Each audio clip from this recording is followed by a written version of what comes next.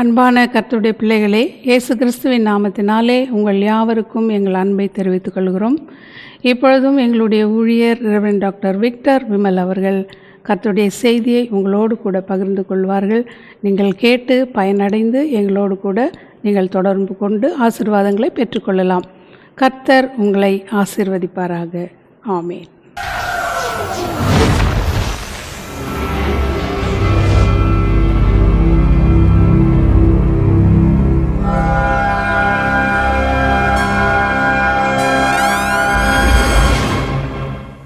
தேவனுக்கு மகிமை உண்டாவதாக. மேலே உங்களை சந்திக்க தேவன் கிருபை பாராட்டுகிறார். நீங்களும் என்னை காண வாய்ப்பளித்திருக்கிறார். அதற்காக தேவனை நன்றியோடு ஸ்தோத்திரிக்கிறேன். இந்நாளினுடைய செய்திக்கு ஆதாரமாக யோசுவாவின் புத்தகம் 24வது அதிகாரம் 10ஆம் வசனத்தை வாசித்து பார்க்கும் பொழுது, பீலேயாமுக்கு செவி கொடுக்க எனக்கு சித்தம் இல்லாததினால் அவன் உங்களை ஆசீர்வதிக்கவே ஆசீர்வதித்தான்.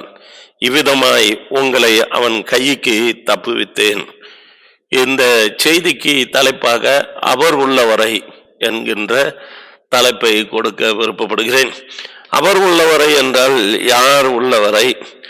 தேவன் நம்மோடு இருக்கும் வரையில அல்லது இயேசு நம்மோடு இருக்கும் வரையில கவலைப்பட வேண்டிய அவசியமில்லை. இங்கு பிலேயாம் மோவாபின் ராஜாவாகிய பாலாக்குக்கு செவி கொடுத்து கூலிக்காக தீர்க்கதரிசனம் உரைத்து இஸ்ரவேலை சபிக்க வேண்டும் என்று சொல்லி பிலேயாம் இஸ்ரவேல் ஜனங்களை சபிக்க வரும் பொழுது கர்த்தர் என்ன பேசுகிறார் என்றால், என்னாகமம் 22:12ஆம் வசனத்தை வாசித்து பார்க்கும் பொழுது அவர் சொல்லுகிற காரியம், தேவன் பிலேயாமை நோக்கி, நீ அவர்களோடு போக வேண்டாம், அந்த ஜனங்களை சபிக்கவும் வேண்டாம், அவர்கள் ஆசீர்வதிக்கப்பட்டவர்கள் என்று சொல்லி. எனவே எனக்கு அருமையான கர்த்தருடைய பிள்ளைகளை, இந்த நாட்களிலே அநேக மக்களுடைய வாழ்க்கையில சாபம் அல்லது வேதனைகள், கஷ்டங்கள், சில கட்டுகள், உபத்திரவங்கள் என்று சொல்லி கொண்டு இருக்கிறார்கள். ஆனாலும் நம்முடைய தேவன் நம்மோடு கூட இருப்பார் என்று சொன்னால் கவலைப்பட வேண்டிய அவசியமே கிடையாது. அந்த நாளிலே யோபு என்கின்ற பக்தன் கேட்கும் பொழுது, யோபனுடைய புஸ்தகம் 16வது அதிகாரம் 21ஆம் வசனத்தை வாசித்து பார்க்கும்போது, தேவனோடு மனுஷருக்காக வழக்காடுகிறவர் ஒருவர் இருந்தால் நலமாயிருக்கும் என்று சொல்லியும், அதை யோபனுடைய புத்தகம் 9:33 வாசித்து பார்க்கும் பொழுது, இருவர் மேலும் தம்முடைய கைகளை வைக்கத்தக்க மத்தியஸ்தர் ஒருவர் இருந்தால் நலமாயிருக்கும் என்று எதிர்பார்த்து கொண்டிருந்தான். ஆனால் புதிய ஏற்பாட்டு காலத்திலே 1 தீமோத்தேயு 2வது அதிகாரம் 5ஆம் வசனத்தை வாசித்து பார்க்கும்போது, தேவன் ஒருவரே தேவனுக்கும் மனுஷருக்கும் மத்தியஸ்தராய் இருக்கிறார் என்று சொல்லி, அந்த தேவன் நமக்காக பரிந்து பேசுகிறவராய் இருக்கிறார் என்றும், தேவனுடைய வலது பாரிசத்தில் வீற்றிருக்கக்கூடியவராய் இருக்கிறார். தேவன் தெரிந்து கொள்ளப்பட்ட மனிதன் மீது குற்றம் சுமத்துகிறவன் யார் என்கின்ற கேள்வி அங்கு ரோமருக்கு எழுதின நிருபம் 8வது அதிகாரம் 33-34 இவ்வசனங்களை வாசித்து பார்க்கும்போது நன்றாக நாம் அறிந்து கொள்ளலாம். எனவே எனக்கு அருமையான கர்த்தருடைய பிள்ளையே, தேவன் நமக்காக செயல்படக்கூடியவராயிருக்கிறார். நாம் எதை குறித்தும் கவலைப்பட வேண்டிய அவசியம் இல்லை. அவர் இருக்கும் வரை என்கின்ற ஒரு நம்பிக்கை, விசுவாசம் கர்த்தருடைய பிள்ளைகளுக்குள்ளே இருக்கும் என்று சொன்னால் அவன் கவலைப்பட வேண்டிய அவசியம் இல்லை. ஏனென்றால் தேவன் நமக்காக இருக்கிறார். அநேக மக்களுடைய வாழ்க்கையில வேதனைகள், சோதனைகள், இப்படிப்பட்ட பிரச்சனைகளில் அகப்பட்டவர்களாய் அவர்கள் தொலைபேசியின் மூலமாக பேசும் பொழுதும் கடிதங்கள் மூலமாக அவர்கள் தங்களுடைய கருத்துக்களை தெரிவிக்கும் பொழுது அதை படிக்கும் போது மனவேதனைக்குரியதாக இருக்கிறது. கர்த்தருடைய பிள்ளைகளுக்கு விரோதமாக செயல்படுகிற எந்த காரியமும் வாய்க்காமல் போகும். ஏனென்றால் அவர் நம்மோடு கூட இருக்கிறார் என்கின்றதை கர்த்தருடைய பிள்ளைகள் புரிந்து கொள்ள வேண்டும். நீதிமொழியின் புத்தகம் 26வது அதிகாரம் 2ஆம் வசனத்தை வாசித்து பார்க்கும் பொழுது, காரணமில்லாமல் இட்ட சாபம் தங்காது என்று சொல்லி பார்க்கிறோம். எனவே சாபத்துக்குள்ளாகுகிற சில மக்கள் காரணமே இல்லாமல், அப்படியானால் காரணம் இருந்தால் சாபம் தங்குமா என்றால் சாபம் தங்கும். ஆனாலும் கூட நமக்கு ஒருவர் இருக்கின்றார். அவர் நம்முடைய ஆண்டவராகிய இயேசு கிறிஸ்து என்கின்றதை கர்த்தருடைய பிள்ளைகள் மறந்துவிடக்கூடாது. விசுவாச அறிக்கை செய்யக்கூடிய பிள்ளைகள் நிறைய பேர் உண்டு. அவர்கள் வசனத்தை நன்றாகத்தான் அறிந்திருக்கிறார்கள். ஆனால் சோதனை வேதனை என்று வரும் பொழுது பயப்படக்கூடியவர்களாக, திகில் நிறைந்தவர்களாக, சோகம் அவர்களுடைய முகத்தில் காணப்படக்கூடியவர்களாக, அநேகரை நாடி தேடி ஓடுகிறவர்களாக, விடுதலை வேண்டும் என்று சொல்லி எதிர்பார்க்கக்கூடியவர்களாக இருக்கிறார்கள். ஆனால் அவர்கள் பேசுகிற வார்த்தைகளை பார்க்கும் பொழுது 2 தீமோத்தேயு 1:12 வாசித்து பார்க்கும் பொழுது, நான் விசுவாசிக்கிறவர் இன்னார் என்று அறிந்திருக்கிறேன், அவர் முடிவு புரிந்தும் என்னை நடத்துவார் என்கின்ற நம்பிக்கையை, அந்த அறிக்கையும் கூட வெளியிடக்கூடியவர்களாக இருக்கிறார்கள். 1 யோவான் 4:4, இந்த உலகத்தில் இருக்கிறவர்களும் எங்களில் இருக்கிறவர் பெரியவராய் இருக்கிறார் என்று சொல்லி பார்க்கிறோம். எல்லாம் சரியான வார்த்தைகள். ஏன் பயப்பட வேண்டும்? பயப்பட வேண்டிய அவசியம் இல்லை. மனுஷருக்கு நேரிடுகிற சோதனை அல்லாமல் வேறு சோதனை இல்லை. அவைகளிலிருந்து தப்பித்துக் கொள்ளத்தக்கதான ஒரு மார்க்கத்தையும் தேவன் உண்டு பண்ணுகிறார் என்று 1 கொரிந்தியர் 10:13 சொல்லுகிறது. எனவே எனக்கு அருமையான கர்த்தருடைய பிள்ளைகளை, நான் எதை செய்தாலும் தடையாய் காணப்படுகிறது, எங்கு போனாலும் அங்க தடைகள் காணப்பட்டு கொண்டு இருக்கிறது என்று சொல்லுகிறார்கள். ஆனால் வசனத்தை அறிந்திருக்கிறோம். தேவ வசனத்தினால் உண்டாகக்கூடிய நம்பிக்கை நம்மிடத்தில் இருக்க வேண்டும். நாம் நம்பிக்கை உள்ளவர்கள் ஆகும்படி இவைகள் எல்லாம் நமக்கு எழுதப்பட்டு இருக்கிறது என்று வேதம் மிக தெளிவாக, அது போதனையாக எழுதப்பட்டு இருக்கிறது என்கின்றதையும் ரோமர் 15:4 தெளிவாக சொல்லப்படும் பொழுது, வேத வசனங்களையும் அதனுடைய வாக்கியங்களையும் விசுவாச கண்ணோட்டத்தோடு கூட பிடித்துக் கொள்வோமானால் தேவன் நம்மோடு கூட இருக்கும் வரையில மீகா 2:13 வாசித்து பார்க்கும் பொழுது, தடையிலே நீக்கப்படுகிற நமக்கு முன்பாக கடந்து போகிறார். எனவே தான் மோசே சொல்லும் பொழுது என்ன சொல்லுகிறான் என்றால், என் சமூகம் உமக்கு முன்பாக செல்லும் என்று கர்த்தர் பேசும் பொழுது அவர் சொல்லுகிற வார்த்தைகளை பார்க்கும் பொழுது, அங்கு யாத்திராகமம் 33:15 நீர் நம்மோடு கூட வருகிறதுனால் அல்லவா நாங்கள் விசேஷித்த விதமான ஜனம் என்று எண்ணப்படுவோம் என்று எதிர்பார்க்கிறார். உம்முடைய சமூகம் செல்லாத பட்சத்தில் எங்களை நீர் அழைத்து கொண்டு போக வேண்டாம் என்கின்ற விண்ணப்பத்தை கொடுக்கிறார். எனவே எவ்வளவு ஒரு நம்பிக்கை இருந்தது, எவ்வளவு ஒரு எதிர்பார்த்தல் இருந்தது என்று சொன்னால், கர்த்தரை முன்பாக வைத்து போகிற ஒரு காரியம். நான் கர்த்தரை எப்போதும் எனக்கு முன்பாக நிறுத்தி வைக்கிறேன், அவர் எனது வலது பாரிசத்தில் இருக்கிறபடியினால் நான் அசைக்கப்படுவதில்லை என்று சொல்லி சங்கீதம் 16:8 வாசித்து பார்க்கிறோம். எனவே எதை நீங்கள் செய்தாலும், வார்த்தையினாலாது கிரியையினாலாது, நீங்கள் எதை செய்தாலும் அதை கர்த்தராகிய இயேசு கிறிஸ்து நாமத்தினால செய்து அவன் முன்னிலையாக பிதாவாகிய தேவனை ஸ்தோத்திரியுங்கள் என்று சொல்லி கொலோசியருக்கு எழுதின நிருபம் 3:17 மிக தெளிவாக சொல்லுகிறது. எனவே எனக்கு அருமையான கர்த்தருடைய பிள்ளையே, ஏசாயா தீர்க்கதரிசன புத்தகம் 10:27 என்ன சொல்லுகிறது என்று சொல்லி பார்க்கும் பொழுது, அந்நாளில் உன் தோளில் நின்று அவன் சுமையும், உன் கழுத்தினின்று அவன் நுகமும் நீக்கப்படும், அபிஷேகத்தின் நுகம் முறிந்து போகும் என்று சொல்லப்படுகிற அந்த வார்த்தையை பார்க்கிறோம். வேதனைகள், கஷ்டங்கள் எல்லாவற்றையும் தூக்கி போட வல்லமையுடையவராகிய கர்த்தர் நமக்கு முன்பாக இருக்கக்கூடியவராக இருக்கிறார். எனவே உபாகமம் 23:5 வாசித்து பார்க்கும் பொழுது, உன் தேவனாகிய கர்த்தர் பீலேயாமுக்கு செவி கொடுக்க சித்தமில்லாமல் உன் தேவனாகிய கர்த்தர் உன் மேல் அன்பு கூர்ந்தபடியினாலே என்று இந்த வசனம் தெளிவுபடுத்துகிறது. தேவன் உன்னை நேசிக்கக்கூடியவராய் இருக்கிறார், உன்னை ஆசீர்வதிக்கக்கூடியவராய் இருக்கிறார். எனவே இஸ்ரவேலை ஆசீர்வதிப்பது தேவனுக்கு பிரியமாய் இருக்கிறது என்கின்றதை கர்த்தருடைய பிள்ளைகள் மறந்துவிடக்கூடாது. எனவே வாழ்க்கையில ஒவ்வொரு மக்களுக்கும் அவரவர்களுடைய நிலைமைகளுக்கு ஏற்ப சில வேளைகளிலே அவர்களாக சிக்குண்டு வேதனைக்குள்ளாக போகிற வேலையில தாமே கர்த்தரை முன்பாக வைக்கும்போது, இது நல்லது, இது கெட்டது, இந்த வழியில நடவுங்கள் என்று சொல்லுகிற நல்லதொரு தேவனை நாம் பெற்றிருக்கிறோம். என்னுடைய வாழ்க்கையில கூட சோதனைகளும் கஷ்டங்களும் நிரம்பின ஒரு சூழ்நிலையிலே ஏன் தான் வாழ வேண்டும் என்கின்ற அந்த எக்ஸ்ட்ரீம் எண்டுக்குள்ளே நாங்கள் போக வேண்டிய ஒரு சூழ்நிலை எனக்கு கூட ஏற்பட்டது.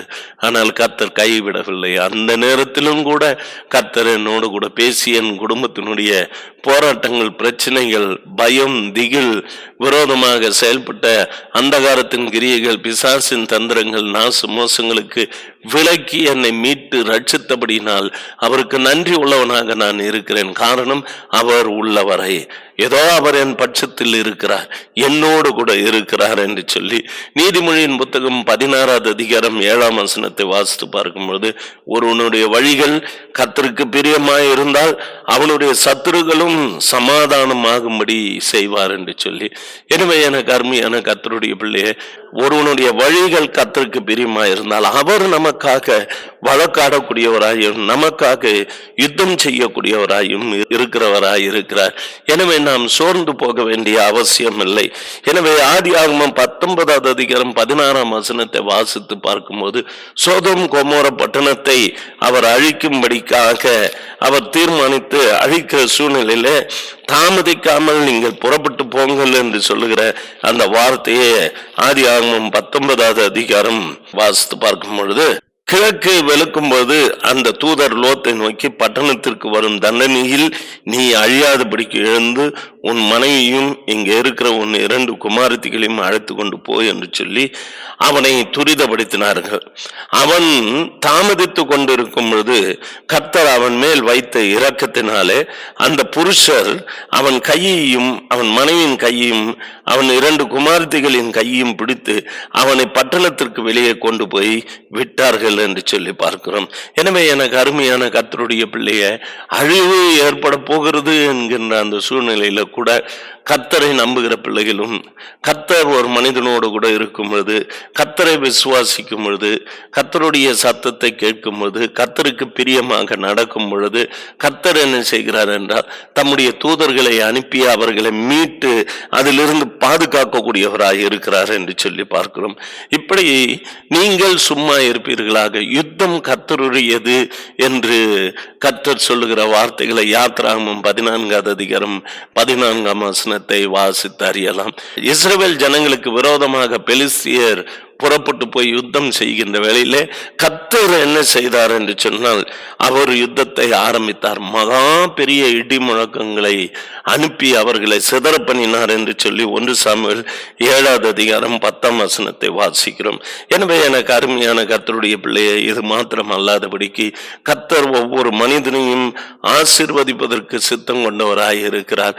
ஆதியாகமம் 32வது அதிகாரம் 29வது வசனத்தை வாசித்து பார்க்கும் பொழுது யாக்கோபு கேட்கிறான், நீர் யார் என்று, நீ என் நாமத்தை கேட்பான் ஏன் என்று சொல்லி அவனை ஆசீர்வதித்தார் என்று சொல்லி பார்க்கிறோம். எனவே ஆபிரகாமும் கூட இந்த கேள்வியை கேட்கிறார். ஆதியாகமம் 17வது அதிகாரம் வாசித்து பார்க்கும் பொழுது, இஸ்மவேல் உமக்கு முன்பாக பிழைப்பானாக என்ற ஆபிரகாம் தேவனிடத்தில் விண்ணப்பம் பண்ணினான். அப்பொழுது கர்த்தர் பேசுகிறது 20வது வசனத்துல, இஸ்மவேலுக்காகவும் நீ செய்த விண்ணப்பத்தை கேட்டேன், நான் அவனை ஆசீர்வதித்து அவனை மிகவும் அதிகமாக பலுகவும் பெருகவும் பண்ணுவேன், அவன் 12 பிரபுக்களை பெறுவான், அவன் பெரிய ஜாதி ஆக்குவேன் என்று சொல்லி. எனவே ஆபிரகாமுக்கு ஒரு பெரிய நம்பிக்கை இருக்கிறது, தேவன் தம்மோடு கூட இருக்கிறார் என்று. தேவன் ஒரு மனிதனோடு கூட இருக்கும் பொழுது கர்த்தர் அவனுடைய விண்ணப்பத்தை கேட்கக்கூடியவராய் இருக்கிறார். ஜெபத்தை கேட்டு சங்கீதம் 24வது வசனத்தின்படியாக உன் மன விருப்பத்தின்படியாக அவர் நிறைவேற்றுகிறவராய் இருக்கிறார். அது மாத்திரமல்ல, எரேமியா 29:11வது வசனத்தின்படியாக நீங்கள் எதிர்பார்க்கிற நல்லதொரு முடிவை தேவன் செயல்படுத்தக்கூடியவராய் இருக்கிறார். உன் நம்பிக்கை ஒருபொழுதும் வீண் போகாது. காரணம், கர்த்தர் உன்னோடு கூட இருக்கிறார் என்கின்றதை மறந்துவிடக்கூடாது. அது மாத்திரமல்ல, ஆதியாகமம் 26வது அதிகாரம் 12ஆம் வசனத்தை வாசித்து பார்க்கும் பொழுது இங்கு ஈசாக்கை பற்றி சொல்லப்படுகிறது. ஈசாக்கு அந்த தேசத்தில் விதைத்தான். கர்த்தர் அவனை ஆசீர்வதித்ததனால் அந்த வருஷத்தில் 100 மடங்கு பலன் அடைந்தான் என்று சொல்லி பார்க்கிறோம். எனவே எனக்கு அருமையான கர்த்தருடைய பிள்ளைகளை, கர்த்தர் ஒரு மனிதனோட கூட இருப்பாரானால் அவன் கையிட்டு செய்கிற தொழில் முதல் கொண்டு எல்லாவற்றையும் கர்த்தர் ஆசீர்வதிக்கக்கூடியவராக இருக்கிறார். உனக்கு உண்டான மிருக ஜீவ ராசிகள் முதல் கொண்டு எல்லாம் தேவனால் ஆசீர்வாதத்தை பெறக்கூடியதாக இருக்கிறது. எனவே நாம் ஒன்றை குறித்தும் கவலைப்பட வேண்டிய அவசியம் இல்லை. அதோடு அல்லாதபடிக்கு அந்த நாளிலே அவன் ஐஸ்வர்யனாகி வர வர விருத்தி அடைந்ததை கேள்விப்பட்ட உடனே இந்த பெலிஸ்தியர் அவன் மேல் பொறாமை கொண்டு நீ இந்த இடத்தை விட்டு போக வேண்டும் என்று சொல்லி அவனை விரட்டினார்கள். பிறகு ஈசாக்கு கேராரின் பள்ளத்தாக்கில் கூடாரம் போட்டு அங்கே குடியிருந்து தன் தகப்பனாகிய ஆபிரகாம் நாட்களில் வெட்டினவைகளும் ஆபிரகாம் மரித்த பின்பு பெலிஸ்தர் தூர்த்து போட்டவைகள் எல்லாவற்றையும் தோண்டி மறுபடியுமாக அவன் தங்கும் பொழுது ஈசாக்குடைய வேலைக்காரர்கள் பள்ளத்தாக்கில் வெட்டி அங்கே சுரக்க நீரூற்றை கண்டார்கள். கேராரும் மேய்ப்பர் இந்த தண்ணீர் தன்னுடையது என்று சொல்லி போட்டி போட்டார்கள். வேறொரு துறவை வெட்டினார்கள், அதிலும் ப்ராப்ளம். அதுக்கு பிறகு 3வது ஒரு துறவை வெட்டினார்கள், அங்கும் வாக்குவாதம் ஏற்பட்டது. இப்போது கர்த்தர் நமக்கு ஒரு இடம் உண்டாக்கினார் என்று சொல்லி அதற்கு ரெகோபோத் என்று பெயரிட்டான். அதுக்கு பிற்பாடு பார்ப்பீர்களானால் இவர்கள் எல்லாருமே அவனிடத்தில் வந்து பேசுகிற காரியங்களை பார்க்கிறோம். அபிமெலேக்கும் அவன் சிநேகிதனாகிய அகுசாத்தும் அவன் சேனாபதி ஆகிய பீகோலும் கேராரில் இருந்து அவனிடத்துக்கு வந்தார்கள். அப்போது ஈசாக்கு அவர்களை நோக்கி, ஏன் என்னிடத்தில் வந்தீர்கள்? நீங்கள் என்னை பகைத்து என்னை உங்களிடத்தில் இராதபடிக்கு துரத்தி விட்டீர்களே என்றார். அதற்கு அவர்கள், நிச்சயமாய் கர்த்தர் உம்மோடு கூட இருக்கிறார் என்று கண்டோம் என்று சொல்லி. ஒரு மனிதனோடு கூட கர்த்தர் இருக்கும் பொழுது அவன் எதை குறித்தும் கவலைப்பட வேண்டிய அவசியம் இல்லை. எத்தனை எதிர்ப்புகள் வந்தாலும் கூட கர்த்தர் அந்த மனிதனுக்காக வழக்காடக்கூடியவர்களாயும், பேசினவர்களும் நிந்தித்தவர்களும் உங்களை துரத்தி விட்டவர்களும் வேண்டாம் என்று ஒதுக்கினவர்களும் கூட மறுபடியுமாக திரும்பி வந்து உன்னிடத்தில் நிச்சயமாக தேவன் இருக்கிறார் என்று கண்டோம் என்று சொல்லுகிற நல்லதொரு சாட்சிகளை நிச்சயமாக பெற முடியும். எனக்கு அருமையான கர்த்தருடைய பிள்ளையே, உபாகமம் 15வது அதிகாரம் 6ஆம் வசனத்தை வாசித்து பார்க்கும் பொழுது அங்கு சொல்லப்படுகிற காரியம், உன் தேவனாகிய கர்த்தர் உனக்கு சொன்னபடி உன்னை ஆசீர்வதிப்பதனால் நீ அநேக ஜாதிகளுக்கு கடன் கொடுப்பாய், நீயோ கடன் வாங்குவதில்லை. நீ அநேக ஜாதிகளை ஆளுவாய், உன்னையோ அவர்கள் ஆளுவதில்லை என்று சொல்லி. அது உண்மையான ஒரு காரியம். கர்த்தரை நம்பின பிள்ளைகள் ஒருபோதும் வெட்கப்பட்டு போனதில்லை. அவருடைய கருணையும் அவருடைய ஆசீர்வாதமும் அவருடைய ஈவும் இரக்கமும் இருக்கும் பட்சத்தில் அவர் உங்களோடு கூட இருக்கும் நாள் வரையில ஒன்றை குறித்தும் கவலைப்பட வேண்டிய அவசியம் இல்லை. அவர் உங்கள் தேவனாகிய கர்த்தராய் இருப்பாரானால் உங்களுக்காக எல்லாவற்றையும் அவர் செய்ய வல்லவராய் இருக்கிறார். எனவே அவர் உள்ளவரை என்கின்ற தலைப்பின் கீழாக உங்களோடு கூட நான் பேசியிருக்கிறேன். நாம் ஜெபிப்போம். நல்ல ஆண்டவராகிய இயேசுவே, இன்றைய நாட்களிலே கர்த்தருடைய பிள்ளைகள் அநேகர் வேதனைப்பட்டு சாபத்தை குறித்து, சத்துருவின் போராட்டத்தை குறித்து, பயத்தை குறித்து, விரோதமாக எழும்புகிற ஜனங்களை குறித்து, அவர்களுடைய வல்லடிக்கு, பேச்சினுடைய வல்லடிக்கு விலக்கி பாதுகாத்தருள வேணும் என்று அவர்கள் விண்ணப்பம் பண்ணுகிறதும், குழம்பிய நிலையில் இருக்கிற மக்களை நீர் கண்ணோக்கி பார்ப்பீராக. யார் யார் விரோதமாக எழும்புகிறார்களோ அவர்கள் எல்லாரையும் கர்த்தர் நீர் பார்த்து கொள்வீர் என்று ஒப்பு கொடுக்கும் பொழுது நீங்கள் சும்மா இருப்பீர்களாக. கர்த்தர் யுத்தம் பண்ணுவார் என்கின்ற நம்பிக்கை இருக்குமானால் உனக்கு விரோதமாக எழுப்பப்படுகிற எந்த ஆயுதமும் வாய்க்காமல் போகும் என்று சொல்லப்படுகிற ஏசாயா 54:17 வசனத்தின்படியாகவும், ஏசாயா 59:19 வசனத்தின்படியாக, சத்துரு வெள்ளம் போல் வரும் பொழுது ஆவியானவர் தாமே அவர்களுக்கு விரோதமாக கொடியேற்றுவார் என்று சொல்லப்படுகிற வார்த்தையின்படியாக, என் தேவரீர் உம்முடைய ஜனங்களை வேலையெடுத்து பாதுகாக்க வேணுமா ஜெபிக்கிறோம். இப்பொழுதும் இந்த செய்தியை கேட்டுக்கொண்டிருக்கும் பொழுது நான் ஒரு நிலத்தை காண்கிறேன். அந்த நிலத்திற்கு பக்கத்தில் அது ஸ்கொயராக இருந்தது, ஒரு கோன் போன்று கிராஸ் ஆகுகிற ஒரு நிலத்தின் பிரச்சனைகளை பார்க்கிறேன். எனவே கர்த்தருடைய பிள்ளையே, கர்த்தர் உனக்காக வழக்காடுவார். அந்த பங்கை உன் பக்கமாக திருப்பி கொடுப்பார். அதிலும் தூரத்தில் இருக்கிறவர்கள் அல்ல, உன் பங்காளிகள் உறவினர்கள் தான் விரோதமாக எழும்புகிறார்கள் என்று கவலைப்படுகிற உன்னுடைய நியாயத்தை தேவன் விசாரிக்கக்கூடியவராயிருக்கிறார். அவர் உள்ளவரை அவர் பார்த்து கொள்வார் என்கின்றதை கர்த்தருடைய பிள்ளைகள் புரிந்து கொள்ள வேண்டும். ஒரு சிறு குழந்தையை போல நீங்கள் மாறுங்கள். பலவானாய் இருக்கக்கூடிய கிறிஸ்து உங்களை பாதுகாக்கக்கூடியவராய் இருக்கிறார்.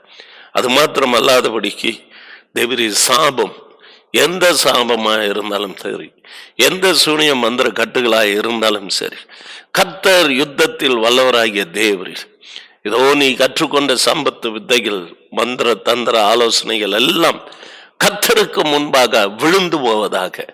ஜெய கிறிஸ்து சேனைகளின் கர்த்தர் காரணமில்லாத சாபங்களை முறித்து போட்டு விடுதலையை கட்டளிட்டு ஜனங்களை ஆசீர்வதிக்கிறதற்காக தேவன் சித்தம் கொண்டிருக்கிறார். சபிக்க வேண்டாம். அவர்கள் கர்த்தருடைய பிள்ளைகள், இஸ்ரவேல் ஜனங்கள், அவர்கள் ஆசீர்வதிக்கப்பட வேண்டியவர்கள் என்று சொல்லி சபிக்க வந்தவனுடைய வாயிலேயே ஆசீர்வாதத்தை கூறும்படியாக செய்த நல்ல தேவன். அதே போன்று எதிர்த்து நின்றவர்களையே உன்னிடத்தில் கர்த்தர் இருக்கிறார் என்கின்ற நட்பையும் தொடர்பையும் மறுபடியுமாக ஏற்படுத்தி அவர்களுக்கு உதவி புரிய வல்லவராகிய தேவனாய் இப்பொழுது இருக்கிறது நான் காண்கிறேன். கர்த்தர் உனக்காக வழக்காடுவார். நிச்சயமாக சோர்ந்து போகாதே. உன் தடைகள் எல்லாவற்றையும் நீக்கி போட்டு விடுதலையை கட்டளிடக்கூடியவராய் இருக்கிறார். எத்தனையோ முறை எத்தனையோ வரங்கள் வருகிறது, ஆனால் தடைப்பட்டு போகிறது. நிச்சயமாக உனக்கு முன்பாக செல்லுகிறவர் தடைகளை நீக்கி போடக்கூடியவராய் இருக்கிறார். கோணலான பாதைகளை செவ்வைப்படுத்துகிற தேவன், பள்ளங்கள் எல்லாம் மேடுகளாயும் சீர்படுத்துகிற தேவன் அவர். உன் வாழ்க்கையை சீர்படுத்தி உன்னோடு கூட இருந்து இதுதான் வழி என்றும், நீ வலதுபுறம் இடதுபுறம் சாயும் பொழுதும் வழி இதுவே என்று சொல்லுகிற நல்ல தேவன் உங்களோடு கூட வருவாராக. அவர்களை ஆசீர்வதியும். தேவரீனை பொறுப்பெடுத்துக் கொள்ளும். அவர்களோடு என்றென்றும் நீர் இருப்பீராக. விடுதலையை கட்டளிட்டு உம்முடைய நாமத்தை மேன்மைப்படுத்திக் கொள்ள வேண்டுமா ஜெபிக்கும் இயேசுவின் நாமத்தில் பிதாவே, ஆமென். ஆமென். Praise the Lord. கர்த்தர் உங்களை ஆசீர்வதிப்பார். அன்பான தேவ ஜனமே, இப்பொழுதும் நீங்கள் கேட்ட இந்த செய்தி உங்களுடைய ஆவிக்குரிய வாழ்வுக்கு மிகவும் மிகவும் பிரயோஜனமாக இருந்திருக்கும் என்று சொல்லி நாங்கள் கர்த்தருக்குள் நம்புகிறோம். நீங்களும் எங்களோடு கூட தாராளமாக தொடர்பு கொள்ளலாம். எங்களுடைய விலாசம் Reverend Doctor Victor Vimal, Chosen Generation Assembly, number 97 Church Street, Govindaraj Nagar, Bagayam, Vellore 632002. எங்களுடைய தொலைபேசி எண் 0416-226-1119. எங்களுடைய செல்ஃபோன் நம்பர் 9443346119. கர்த்தர் உங்களை ஆசீர்வதிப்பாராக. ஆமென்.